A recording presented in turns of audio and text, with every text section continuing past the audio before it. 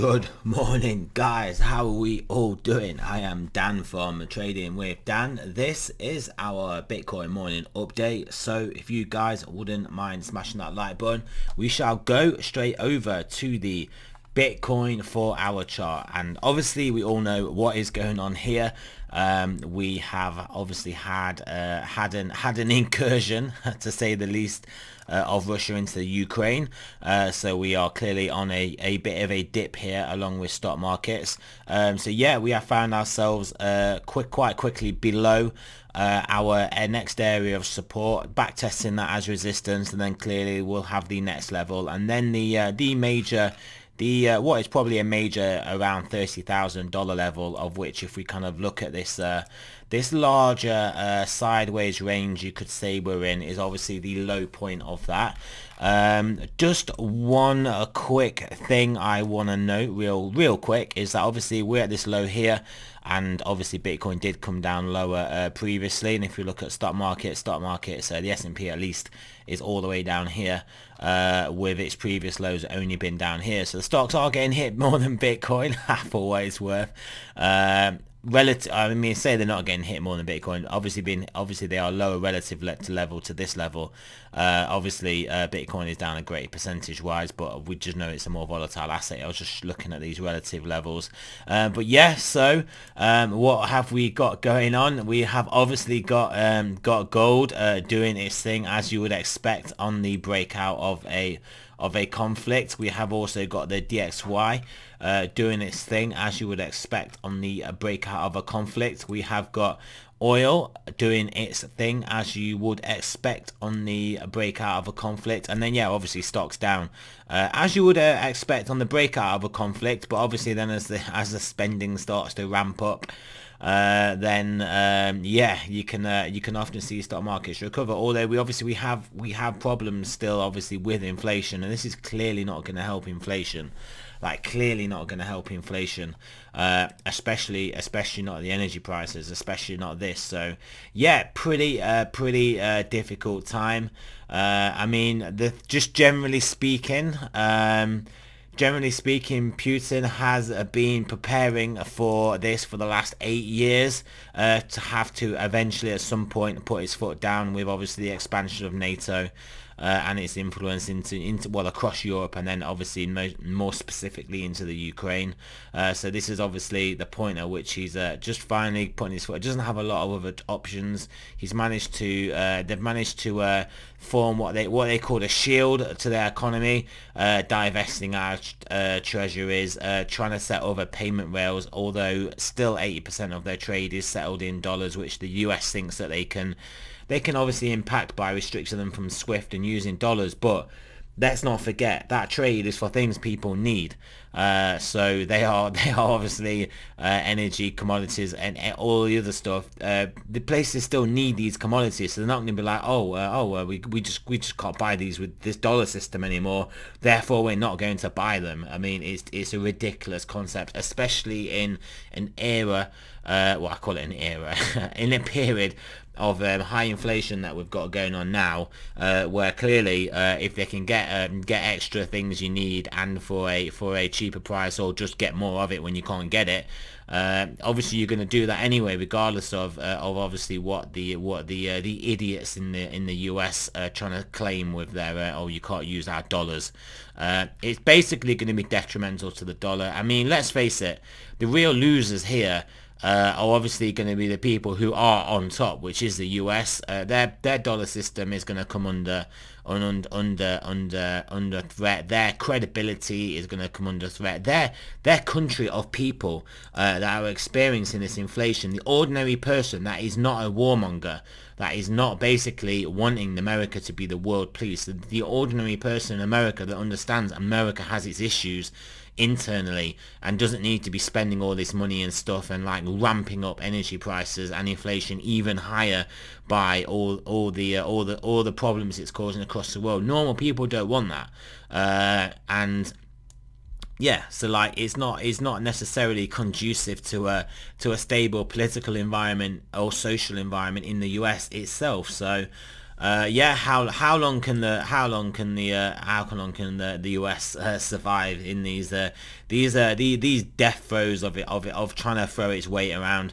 I mean, even pressure in Germany to cancel Nord Stream 2, when obviously Europe needs that cheap gas from the US, and it doesn't really need anything from Russia. It needs the cheap gas from Russia. It doesn't particularly need much from the US. I mean, we don't realistically need to be using like American tech companies and whatever. I mean, basically America is like is not has exported all its actual real manufacturing elsewhere.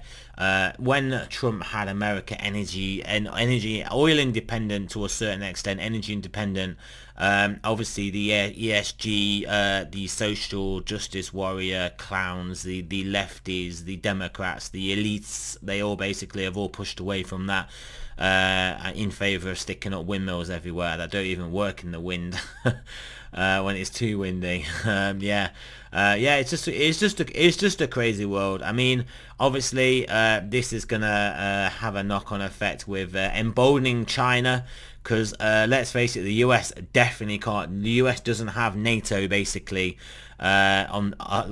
surrounding like China. Basically, it doesn't have NATO surrounding Taiwan like it pretty much has it surrounding the Ukraine, and they're basically impotent in there also. So yeah, it is the end. It is the beginning of the end. I mean, all that's realistically happened is you don't have like a real strong leadership in the US, and you have basically warmongers who are literally just, as Mark Antony would say, just letting slip the dogs of war, and just letting them do their own thing. Trump restrained these guys in the past. I can't remember exactly what the main guy's name was. I know exactly what he looks like, but the guy that was literally just the main warmonger in chief, Trump got rid of him,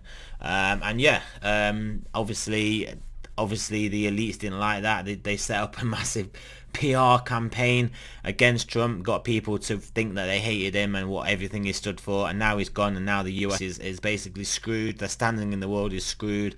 There is obviously death and destruction all over the place, and I think I'll probably just have to end that rant about there, because you guys get my point. You get where I'm going with this. Interestingly, obviously 10-year coming down, obviously a somewhat risk-off trade, even though obviously we are clearly going to have an inflationary impulse off the back of this. But yeah, Ethereum Satoshi pairing, I mean, obviously getting hit. In a risk-off fashion, as you would expect. The Ethereum USD down there at this horizontal here, just below it now. It has got a few levels below, a few important levels below, as we can see. But again, if you kind of look the wider sideways range, this is obviously the point, well, that we don't want to lose, and that is about 1750, 1800, 1750. You would say that's quite a long way away, but obviously, if the US decides it does want to react substantially to what's going on, we could definitely see a further leg down. But I would, in my humble military analyst opinion, I just think it was the US was basically bluffing. Russia's called their bluff, and that's it. They can't really do much now other than impose their sanctions, which are actually the Russia to a certain extent has done its best to prepare for, but the US ain't prepared for anything. The US doesn't prepare. The US just reacts with a series of different people, different interests behind the scene, that just grab hold of the reins at any given point in time, and they just have they have just no disregard. They have no regard for obviously the actual American population. Yes. Oh yeah, so we have, there is a bit of a rant there. So let's have a look at stochastics. I mean, they clearly ain't going to be looking too good. 4 hour obviously turning and moving down here. 10 hour has been turned back over. But 12 hour is still pointing up at present from a low level, and daily is looking to turn up from a low level. 2 day obviously still coming down. 3 day turned over. 5 day looking to turn back over. Weekly even looking to turn back over from this low level, and then bi-weekly and monthly down. So it is not looking good. But like I said, we have got these levels either where we are, either this level or the actual at which point, if we break that, obviously Bitcoin has to become bearish of basically 30,000. We've got these levels below us where people will look to what is going on in the world, and as well, look at what's going on in the world, especially in like what is going on in Canada as well. All these little things, all these little pieces that come into play to realize that maybe we need some sort of relative decentralized currency to use. So maybe crypto can turn away from that store of value, which obviously hasn't been working for ages because it's clearly been a risk asset, to maybe actually being a settlement layer, means of transaction, a means of trade. Maybe that's what it can turn into, because that is what it does get used in certain countries, like obviously Venezuela, Turkey, even Iran. Maybe the world can start to see Bitcoin, and we can maybe have moves upward based on that. That is the hopium, because if we do obviously see the US make moves against Russia with by basically excluding them from the SWIFT system, it's going to throw all sorts of in inverted commas black swans at the market that could you never know, could obviously severely benefit crypto. I don't see, I see that as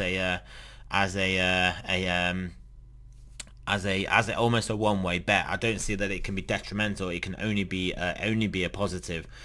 So yeah, there we go, guys.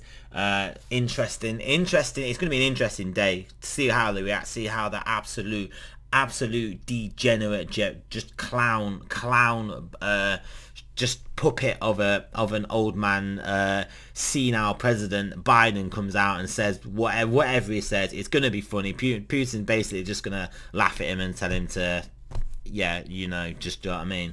Tell him where to stick it. The guy's a joke. Basically, it's just going to be an interesting day. It is going to be an interesting day. So there we go, guys. Remember, this is not financial advice. I hope you enjoyed that little rant, and you can clearly see where I sit on this. I mean, basically, America being the world police, intervening, causing trouble all over the planet.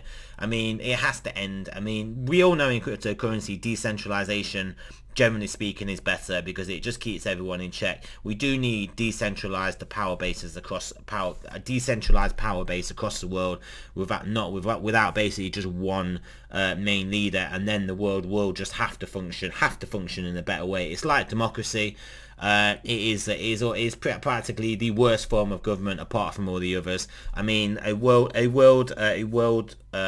basically a decentralized power basically base for the world would just be better for the overall world. It's not ideal. Individual countries can do things and then other countries can't necessarily do too much about it, but like I said, the way we have it at the moment is just a renegade US basically just causing trouble just to make all their big families behind the scenes wealthy at the expense of obviously the American people, who are just increasingly becoming opioid addicts and not being able to feed themselves. So yeah, there we go, guys. Remember, this is, again said, this is not financial advice.